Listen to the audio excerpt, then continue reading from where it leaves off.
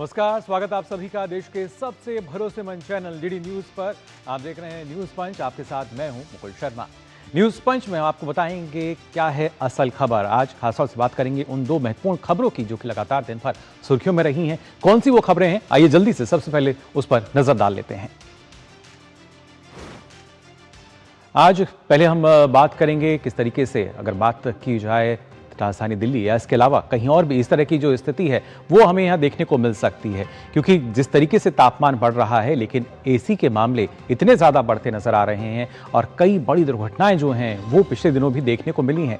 कहीं यहाँ जो एसी है वो आपको और ज़्यादा दिक्कत ना दे, क्या है ये पूरा मामला विस्तार से आपको बताएंगे। और साथ ही बात करेंगे ईरान और अमेरिका के बीच जो टकराव है उसको लेकर भी ईरान की तरफ से इशारा किया गया है बातचीत का, लेकिन ट्रंप जो हैं उनका सीधे तौर पर कहना है कि इस तरह की जो बातचीत है वो उनको पसंद नहीं है, वो उनको स्वीकार नहीं है। क्या कुछ कहा गया है ईरान की तरफ से विस्तार से बताएंगे, लेकिन सबसे पहले आइए रुक कर लेते हैं सबसे पहले राजधानी दिल्ली की जब हम बात कर रहे हैं और यहाँ पर क्या कुछ अग्निकांड की अगर बात की जाए। जी हाँ, राजधानी दिल्ली में एक और अग्निकांड, और ये इसकी पीछे की वजह की अगर बात की जाए, क्या इसके पीछे सिर्फ एसी की वजह थी या कोई और भी कारण था, क्योंकि इस हादसे में 9 लोगों की जान जा चुकी है अभी तक और कई लोग जो हैं इस दौरान झुलस गए थे, उनका अस्पताल में इलाज भी चल रहा है। लेकिन अगर देखा जाए जैसे जैसे तापमान बढ़ता है इस तरह के मामले सामने आने लगते हैं। क्या वजह है, क्या कहीं पर तकनीक में कुछ खामी आती है, या जब इस तरह की हम बहुमंजिला इमारतों को भी देखते हैं तो वहाँ पे क्या उनका जो स्ट्रक्चर जब बनाया जाता है वहाँ पर कुछ ना कुछ जो गड़बड़ी है या कोई चूक है वहाँ रह जाती है। ये जानने की कोशिश हम करेंगे, लेकिन फिलहाल आज के मामले की अगर बात की जाए, क्या है पूरा मामला ये आपको बता देते हैं। रात के सन्नाटे में किस तरीके से मौत जो है वो दबे पाव यहाँ पर आई। एसी में धमाका होता है, धमाके के बाद जो आग है वो लगातार फैलती है और देखते ही देखते कई जो फ्लैट इमारतें हैं हमने देखा कैसे उनको अपने आगोश में ले लेती है और उसके बाद लगातार अपना एक विकराल रूप जो है आग का वहां पर नजर आता है, जो कि 9 लोगों की जिंदगी को ले जाती है। लेकिन उसके बाद की बात अगर की जाए, दमकल विभाग जो कि लगातार कोशिश करता है कि कैसे उस आग के विकराल रूप को कम किया जा सकता है, कैसे उस आग को बुझाया जा सकता है, उस पर काम किया जाता है और उसके बाद जांच शुरू कर दी जाती है। ये पूरा मामला है आज सुबह जिस तरीके से अगर इसकी खबर जो है पहले जाती है दमकल विभाग के पास, कैसे ये पूरा मामला सामने आया, आइए विस्तार से आपको बताएंगे कैसे आखिरकार इस आग से दिल्ली जो है वो दहलती नजर आई है। क्योंकि खासतौर से अगर बात की जाए, क्योंकि एसी ब्लास्ट का जब ये पूरा मामला हम देखते हैं, 4 मंजिला इमारत थी जिसमें ये आग लगी और ये अक्सर हम देखते हैं कैसे आग लगातार ऊपर की तरफ और ज़्यादा फैलती नजर आती है। विवेक विहार का ये पूरा मामला जहाँ पर एसी में पहले धमाका होता है और उसके बाद वहाँ से लगातार आग जो है वो विकराल रूप लेती हुई नजर आती है और उसी के चलते हमने देखा किस तरीके से 9 लोगों की जान भी गई। फिलहाल अगर देखा जाए दिल्ली फायर सर्विस के जो अधिकारी हैं अभिषेक वर्मा, उन्होंने क्या कुछ जानकारी इस पूरे हादसे को लेकर दी है, आइए सुनिए। टोटल 9 कैजुअलिटीज हमें यहाँ पे 15 लोगों को यहाँ से बचाया गया था और उसमें से एक केवल जो है उनको 30% बर्न इंजरीज हुई हैं और वो अभी जीटीबी में लास्ट जानकारी के अनुसार जीटीबी हॉस्पिटल में एडमिट। बॉडीज को थोड़ा सा पहचान पाना थोड़ा मुश्किल है, तो बच्चे लेडीज जेंट्स सारे ही थे। नहीं, आग के कारणों का अभी अंदाजा नहीं लगा सकते, ये जांच का विषय है, पुलिस इसकी जांच करेगी। तो आग के कारणों का फिलहाल अंदाजा नहीं लगाया जा सकता, जांच जो है वो लगातार चल रही है। लेकिन इस बीच जो एक मामला निकलकर सामने आता है वो है एसी में ब्लास्ट का। लेकिन आपके मन में भी ये सवाल आता होता कि आखिर कैसे, हमारे यहाँ भी एसी लगा है, उसमें ब्लास्ट कैसे हो सकता है, क्यों होता है एसी में ब्लास्ट, ये आपको बता देते हैं। दरअसल एसी में वायरिंग में अगर शॉर्ट सर्किट हो जाए तब ये ब्लास्ट हो सकता है, धमाका हो सकता है और गैस लीकेज होने की वजह से जो आग है और वो भयावह हो सकती है। या अधिकतर हम देखते हैं ओवर हीटिंग, यानी लगातार आपका एसी अगर चल रहा है तो वो आग पकड़ सकता है, ओवर हीटिंग उसमें हो जाती है उसके सिस्टम में। और साथ ही साथ एक जो वजह है वो एक लापरवाही के तौर पर भी देखी जाती है, यानी अगर इंस्टॉलेशन सही से नहीं हुई है तब भी दुर्घटना की जो संभावना है वो बनी रहती है। लेकिन अधिकतर मामलों में ओवर हीटिंग जो है वो देखा जाता है, धूल जमने की वजह से जो ओवर हीटिंग है वो बढ़ जाती है, या पुराना या ख़राब जो एसी है उसका लगातार उपयोग जब किया जाता है, या कई ऐसे इलाके होते हैं, कई क्षेत्रों में हम देखते हैं जो जब ज़्यादा मांग निकलती नज़र आती है तो वोल्टेज फ्लक्चुएशन शुरू हो जाता है और ऐसे में भी कहीं ना कहीं खतरा बढ़ता हुआ नज़र आता है और मेंटेनेंस अगर हम सही समय पर ना करें तब ये खतरा बढ़ सकता है। तो ये तो बात हुई कि आखिर क्यों इस तरह की जो खबरें हैं वो सामने आती हैं, एसी में धमाका क्यों हो सकता है। लेकिन इस दौरान अगर देखा जाए हमें क्या कुछ सावधानी रखनी चाहिए, ये बेहद ज़रूरी है। अगर हम सावधान रहेंगे तो काफ़ी हद तक इस तरह के मामले कम हो सकते हैं। तो नियमित रूप से एसी की जो सर्विस है वो आप कराइए, यानी जो मेंटेनेंस है वो आप अगर उसकी बेहतर रखेंगे तो शायद कुछ कमी हो सकती है। वहीं सही वायरिंग और इसकी अर्थिंग की अगर बात की जाए, वो आपको इसका ध्यान रखना होगा कि वो पूरी तरीके से सही हो। इसके अलावा ओवरलोड सॉकेट का उपयोग ना करें। कई बार हम देखते हैं कि जो सॉकेट है हमारा वो पूरी तरीके से गर्म हो रहा होता है और वहाँ से भी चिंगारी के जरिए पूरी आग जो है वो बढ़ सकती है। समय समय पर आपको बता दें इसका जो फिल्टर है साफ करें, जिससे ओवर हीटिंग जो है कंप्रेसर पे वो ना बढ़े। इसके अलावा आपको बता दें क्वालिटी ब्रांड का जो एसी है उसका इस्तेमाल आप करें, उसमें भी रेटिंग्स आती हैं, उसी वजह से उन बातों का आपको ख्याल रखना चाहिए। और इसके अलावा खासतौर से अगर देखा जाए, क्योंकि अक्सर हम देखते हैं वोल्टेज स्टेबलाइजर का उपयोग करें, कई बार हम देखते हैं कि बिना स्टेबलाइजर के डायरेक्ट उसका उपयोग किया जाता है, तो वहाँ भी जो खतरा है वो बढ़ सकता है। इसके अलावा लीकेज अगर आपको दिखती है सिर्फ तुरंत ठीक कराएं, या जो मैकेनिक आते हैं सर्विसिंग के लिए वो बताते हैं कि लीकेज की समस्या है तो उनसे आप ज़रूर इसको ठीक करा लें। लंबे समय तक आपको बता दें जो एसी है वो ना चलाएं। ना सिर्फ इस तरह के बड़े जो दुर्घटना हैं वो हो सकती हैं, बल्कि वो पर्यावरण के लिए भी सही नहीं है। गर्मी बढ़ने पर आपको बता दें ज़्यादा सावधानी आपको बरतने की ज़रूरत है। आप उसको एक निश्चित समय के लिए चलाइए, फिर आप उसको बंद कर सकते हैं। और वहीं आउटडोर यूनिट की अगर बात की जाए तो कोशिश ये करें कि वो या तो किसी शेड के नीचे रहे या वहाँ पर हवा कम से कम आती रहे। तो ये कुछ ऐसे बिंदु हैं, खास सावधानी जो आपको अपनानी चाहिए, जिसके चलते इस तरह का जो खतरा है वो काफ़ी हद तक कम हो सकता है। और इसके साथ ही कुछ और भी महत्वपूर्ण बातें हैं जिनको आपको नज़रअंदाज नहीं करना है। वो क्या कुछ खास बातें हैं? वो बातें हैं, एक तो सॉकेट या जो स्विच है उसका गर्म होना। अगर आपको लग रहा है वो लगातार गर्म हो रहा है तो इस पर आपको ध्यान देना होगा, उसको बदलने की आवश्यकता है या किस तरीके से।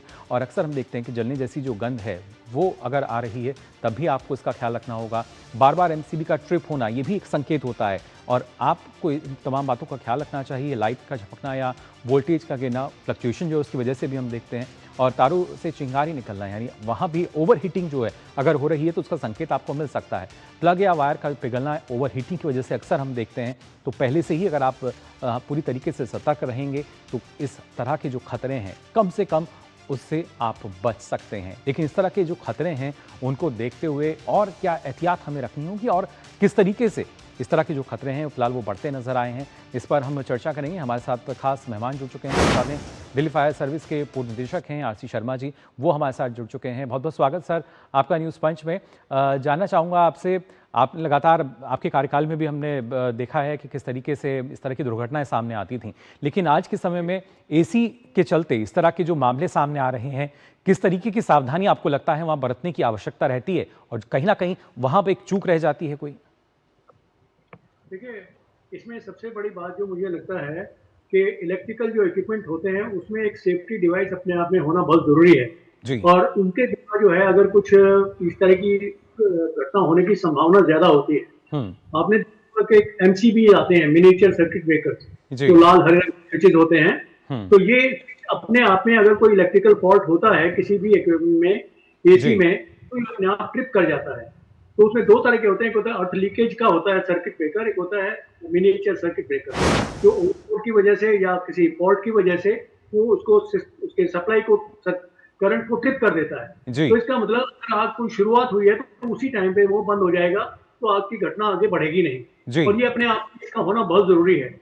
अगर हमने पहले उसमें लगा हुआ है एमसीबी, हमारे इसमें सर्किट में मीटर के पास नॉर्मली होता है कि लाइटिंग का अलग है, पावर का अलग है, और जहाँ एसी वगैरह का अलग एक एमसीबी होती है, तो अगर वो है तो बहुत अच्छा है। अदरवाइज इसमें सबसे अच्छा सजेशन ये रहता है कि हर एसी का जब आप स्विच लगाते हैं वहां पर एक एमसीबी लगा दें, उसी कैपेसिटी का आपका एसी है, ताकि बहुत बड़ा भी एसी भी नहीं लगाना है एमसीबी, ताकि जितनी कैपेसिटी का एसी है उतने का ही लगाएं। तो अगर कुछ फॉल्ट होगा तो वो ट्रिप कर जाएगा जी। ये इसका एक जो बिजली का एक देखा गया है कि लगभग जो दिल्ली फायर सर्विस में घटनाएं होती हैं लगभग 30 से 35 हजार हर साल होती हैं। लगभग 70% जो इंसिडेंट्स हैं वो बिजली के कारण होते हैं। बिजली से फॉल्ट, शॉर्ट सर्किट हुआ, ओवरलोडिंग हुआ या ओवर हीटिंग हुआ, लूज वायरिंग है, loose contact, non standard equipment है, कुछ भी हो सकता है, या फिजिकल डैमेज हो सकता है। तो उसमें सबसे बड़ा जो कारण है बिजली का, मतलब आग लगने का घरों में या बाहर भी सभी जगह पर, ये बिजली का एक मुख्य कारण है। तो इसमें सेफ्टी डिवाइसेस का होना बहुत जरूरी है। और खास तौर पे ये भी देखा जाता है कि जो मीटर बॉक्स वगैरह होते हैं हमारे, नॉर्मली वो स्टे केस के नीचे लगा देते हैं ग्राउंड फ्लोर पे जी। तो ये पीछे मुखर्जी नगर में जो फायर हुआ था एक कोचिंग सेंटर में, मीटर बॉक्स में आग लगा ग्राउंड फ्लोर पे और सारी बिल्डिंग में धुआं फैल गया, तो लोग वहां से कूद करके और किसी केबल के थ्रू लटक करके उन्होंने जान बचाई। तो इस तरह से ये this is one of the area. और आपने ये जो देखा है, जितने भी लोग मरते हैं मोस्टली देखा गया कि 95% से ज्यादा लोग बिजली से या फायर से नहीं मरते हैं, वो धुएं से मरते हैं। तो बिल्कुल, दम घुटने की वजह से जो मौत है वो हो जाती है। लेकिन शर्मा जी, जब इस तरह का स्ट्रक्चर खड़ा किया जाता है, निर्माण किया जाता है इस तरह की बिल्डिंग का, बहुमंजिला इमारत में अगर हम देखते हैं तो वहां भी किस तरह की सावधानी बरतना जरूरी है, क्योंकि कभी कभी वहां भी बड़ी लापरवाही और चूक जो है नजर आती है। देखिए, ये तो यही हो गया बिजली का। अगर हम मीटर वगैरह, क्योंकि जहां जिस आग लगने की जिस चीज से ज्यादा संभावना है उसको या तो हम अलग कर दें, सेग्रीगेट कर दें, ताकि वो हमारे बिल्डिंग के अंदर कोई प्रॉब्लम ना कर पाए। तो ये जीने में खास तौर पर मीटर वगैरह लगाना, इसका अगर ठीक से इसका उपाय कर लिया जाए ताकि इसको सेग्रीगेट कर दें, आग लगे तो उसका धुआं जो है जीने में ना जाए, तो ये अपने आप में बहुत बड़ी वो सुविधा होगी। दूसरा, इसमें जो प्रेजेंट जो इंसिडेंट हुआ है, इसमें जो अधिकारी हैं मैंने उनसे भी बात की थी, तो इसमें लगता है कि 400 गज का फ्लैट था, इसमें 8 फ्लैट थे, 4 फ्लैट फ्रंट साइड में, 4 बैक साइड में। जी बिल्कुल। और इसमें सेकंड फ्लोर से फायर जो है शुरू हुई है। पहली मंजिल में कोई कुछ नहीं, बिल्कुल एकदम क्लियर है, कुछ नहीं हुआ। पर सेकंड फ्लोर के पॉसिबली किचन में आग लगी है या किसी दूसरे में आग, ये तो अभी एग्जैक्टली नहीं हो पाया है। चलिए, बिल्कुल जांच जो है लगातार की जा रही है, लेकिन उम्मीद यही है इस तरह के मामले किस तरीके से कम हो सकते हैं उस पर हमें ध्यान देना होगा, सावधानी बरतनी होगी। फिलहाल आपका बहुत बहुत शुक्रिया हमारे साथ जुड़ने के लिए। और आपको बता दें, न्यूज पंच में इस वक्त एक बड़ी खबर आ रही है। जी हां, पश्चिम बंगाल से संबंधित ये बड़ी खबर आपको बता रहे हैं, जहां पर पश्चिम बंगाल के ग्रामीणों की जो पुकार है वो अब यहां सुनाई दे रही है। उन्होंने पीएम मोदी से बचाने की गुहार लगाई है। इस वक्त की बड़ी खबर आपको हम बता रहे हैं। फालता की अगर बात की जाए तो यहाँ पे हसीम नगर के ग्रामीण हैं, उन्होंने ये गुहार लगाई है और पीएम मोदी से वो गुहार लगा रहे हैं। क्या कुछ कह रहे हैं, उनका कहना है कि हमें बचाइए मोदी जी, और ये उनका सीधे तौर पर जो कहना है वो निकलता हुआ यहाँ सामने आ रहा है। क्या कुछ गुहार उन्होंने लगाई है? दरअसल हर चुनाव में हिंसा से जो लोग हैं वो डरे हुए हैं और उसी वजह से लगातार गुहार भी लगा रहे हैं। आपको बता दें, जहांगीर खान के समर्थकों पर यह आरोप उन्होंने लगाया, क्योंकि लगातार डराने धमकाने के आरोप हमने देखे किस तरीके से लगे हैं और हर बार डर और हिंसा का माहौल बना रहता है। और ऐसे में उनका सीधे तौर पर यही कहना, मतदान करने से रोकने के भी आरोप उन्होंने लगाए हैं कि धमकाया जाता है कि आपको मतदान करने नहीं जाना है और टीएमसी की वजह से नहीं डाल सके वोट। सीधे तौर पर अब जो लोग हैं वो बता रहे हैं कि आखिर किस चीज का उन्हें डर सता रहा था और खासतौर से 3 बजे के बाद आपको बता दें वोट डालने से रोका गया, ये कहना है वहां ग्रामीणों का। और अब वही ग्रामीण जो है मदद की गुहार लगा रहे हैं। महिला और बुजुर्गों की अगर बात की जाए, उनको जान से मारने की धमकी तक यहां दी गई। अंदाजा आप लगा सकते हैं किस तरीके से डराया धमकाया जाता है। और सत्ता में आने पर गांव से निकालने की धमकी भी वहां तमाम ग्रामीणों को दी गई। बंगाल की अगर बात की जाए तो डायमंड हार्बर मॉडल पर अब सवाल यहां पर खड़े हो रहे हैं कि आखिर किस तरीके से जो लोग हैं वो परेशान हैं, पुकार जो है उनकी वो किस तरीके से अब सुनी भी जा रही है। जो ग्रामीण हैं वो लगातार गुहार लगा रहे हैं प्रधानमंत्री से उनको बचाने की, क्योंकि उनको जान से मारने की धमकी तक दी जा रही है, वोट डालने नहीं उनको दिया जा रहा है।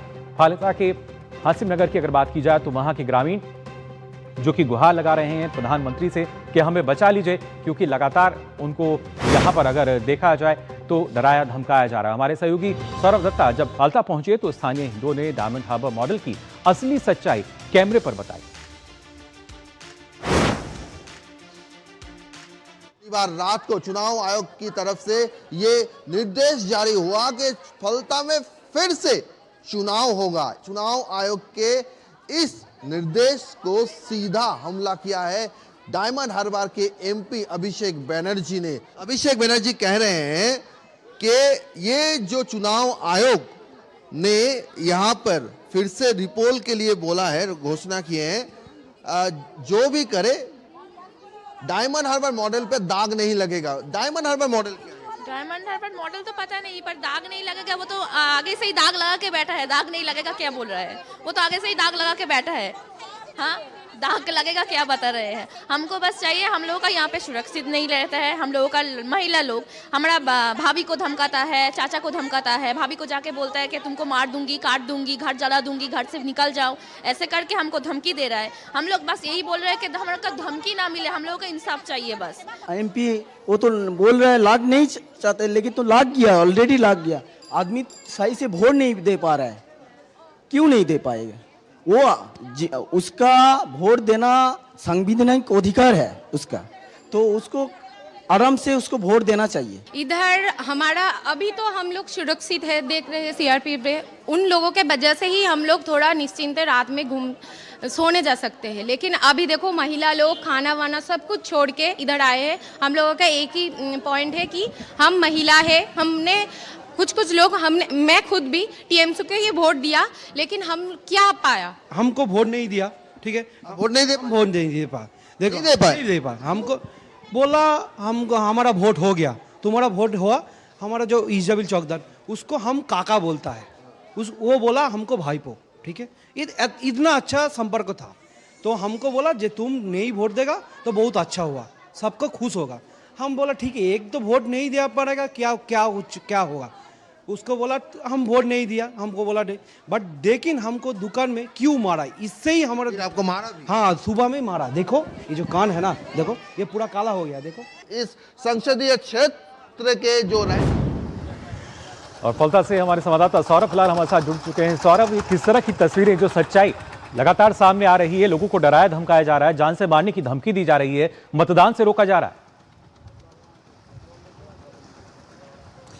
जी मुकुल, एकदम ही से फलता विधानसभा क्षेत्र में फिर से इलेक्शन का ऐलान किया है चुनाव आयोग ने, और 21 तारीख को इलेक्शन होगा। लेकिन ऐसा स्थिति क्यों हुआ? फलता वासियों का कहना है कि फलता का स्थिति पहली बार ऐसा नहीं है। पिछले जितने भी चुनाव हुए हैं उन सारे चुनाव में, खास करके जिस गांव में हिंदू जो गांव है, वो उन ग्रामीणों का कहना है कि उनके ऊपर अत्याचार किया जाता है, और साफ तरीके से वो जहांगीर खान के ऊपर आरोप लगा रहे हैं। कह रहे हैं कि जहांगीर खान के जो लोग हैं वो आते हैं गांव में, डराते हैं, धमकाते हैं। 5 साल तक कहते हैं कि 5 साल तक आप गांव पे रह नहीं पाओगे। यहाँ की माँ के सामने बेटों को काट कर पानी में बहाने की बात करते हैं। और जो वोटर्स हैं वो कह रहे हैं कि अगर आप वोट डालने भी जाए, आप ईवीएम में के सामने खड़े होंगे, आपके पास टीएमसी का लोग खड़ा होगा और वो कहेगा कि कहाँ डालना है। ये सारी परिस्थिति है, और इस सिचुएशंस में बूढ़े से लेकर बुजुर्ग, महिलाएं सब कह रहे हैं, प्रधानमंत्री नरेंद्र मोदी जी से वो अपील कर रहे हैं कि उनको इस स्थिति से बचाए।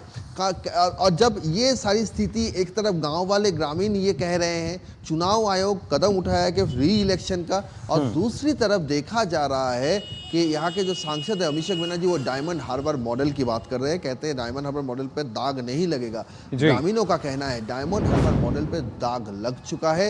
ये मॉडल भ्रष्टाचार का मॉडल है, ये भय का मॉडल है, ये तुष्टीकरण का मॉडल है। मुकुल जी बिल्कुल सौरभ, और खासतौर से ना सिर्फ भ्रष्टाचार भय की हम बात करें, बल्कि जिस तरीके से महिला सुरक्षा की बात की जाए, या एक गुंडागर्दी लगातार जो टीएमसी की देखने को मिली है, अब सारी सच्चाई जो है धीरे धीरे सामने आ रही है। और शायद यही वजह है कि इतनी बड़ी तादाद में जो रिकॉर्ड मतदान हमने देखा है बंगाल में हुआ है, क्योंकि जो जनता है वो कहीं ना कहीं बदलाव चाहती है।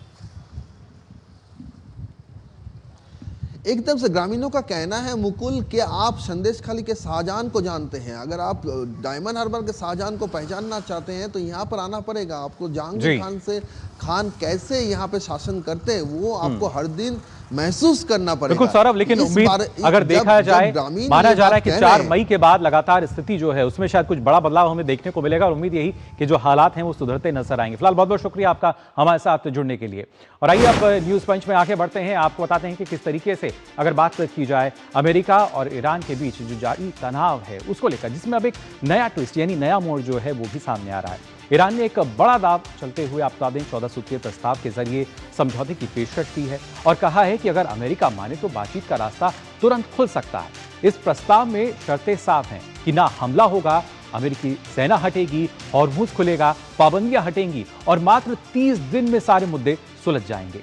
वहीं दूसरी ओर हम आपको बता देते हैं कि अमेरिका ने 2 महीने के सीज़फायर का प्रस्ताव रखा था, जिसे ईरान सीधे तौर पर खारिज कर चुका है। ईरान ने इसके लिए मना कर दिया। दरअसल ईरान का कहना है कि बार बार युद्ध रोकने और बढ़ाने की समस्या, अगर देखा जाए इससे सीज़फायर को अगर आप बढ़ाते हैं इससे समस्या का समाधान नहीं हो सकता, इसलिए बातचीत का फोकस सीधे युद्ध खत्म करने पर होना चाहिए। हालांकि ट्रंप अभी भी सख्त रुख में है, और आपको हम बताएंगे किस तरीके से फिलहाल की जो स्थितियां हैं वो बन रही हैं। लेकिन अगर देखा जाए अब ईरान के प्रस्ताव के बाद अगर देखें, अमेरिका जो है उस प्रस्ताव पर नाखुशी जो है या उसको अस्वीकार करने की बात तो कह ही चुका है। लेकिन फिलहाल किस तरह के हालात हैं और इसके बाद क्या हालात में कुछ बदलाव नजर आएगा नहीं, ये हम जानेंगे हमारे सहयोगी से भी।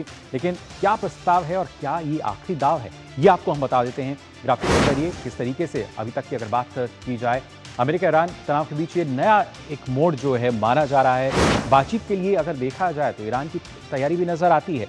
ईरान ने आपको बता दें समझौते की पेशकश की है, एक 14 सूत्रीय प्रस्ताव जो है वो यहाँ पर आया है, लेकिन क्या उसको माना जाएगा? शांति वार्ता के लिए आपको बता दें 14 सूत्रीय प्रस्ताव जो है वो भेजा गया है अमेरिका को, और उस पर हमने देखा था अमेरिकी राष्ट्रपति ट्रंप का ये कहना था कि समीक्षा की जाएगी। पाकिस्तान के जरिए आपको बता दें ये जो 14 सूत्रीय प्रस्ताव है ये भेजा गया है अमेरिका को, और साथ ही साथ ईरान की न्यूज़ एजेंसी आयरना ने आपको बता दें ये जानकारी दी है कि कैसे एक जो प्रस्ताव है हमने भेजा है, और ये संकेत भी दिया है कि अमेरिका अगर माना तो जल्द ही बातचीत हो सकती है। यानी मध्यस्थता की अगर हम देखें संकेत नज़र आते हैं, या अगर तैयारी की बात की जाए बातचीत की वो भी नज़र आ रही है। लेकिन ये एक बड़ा मोड़ यहाँ पर देखा जा रहा है, क्या ये निर्णायक मोड़ होगा या नहीं। लेकिन इस यहाँ पे जो 14 सूत्रीय प्रस्ताव दिया गया है उसकी क्या बड़ी बातें हैं वो आपको बता देते हैं। इस प्रस्ताव में दरअसल ये कहा गया है कि भविष्य में ईरान पर कोई हमला ना हो। जी हाँ, यानी युद्ध की स्थिति बिल्कुल नहीं बनेगी। ईरान के आसपास से अमेरिकी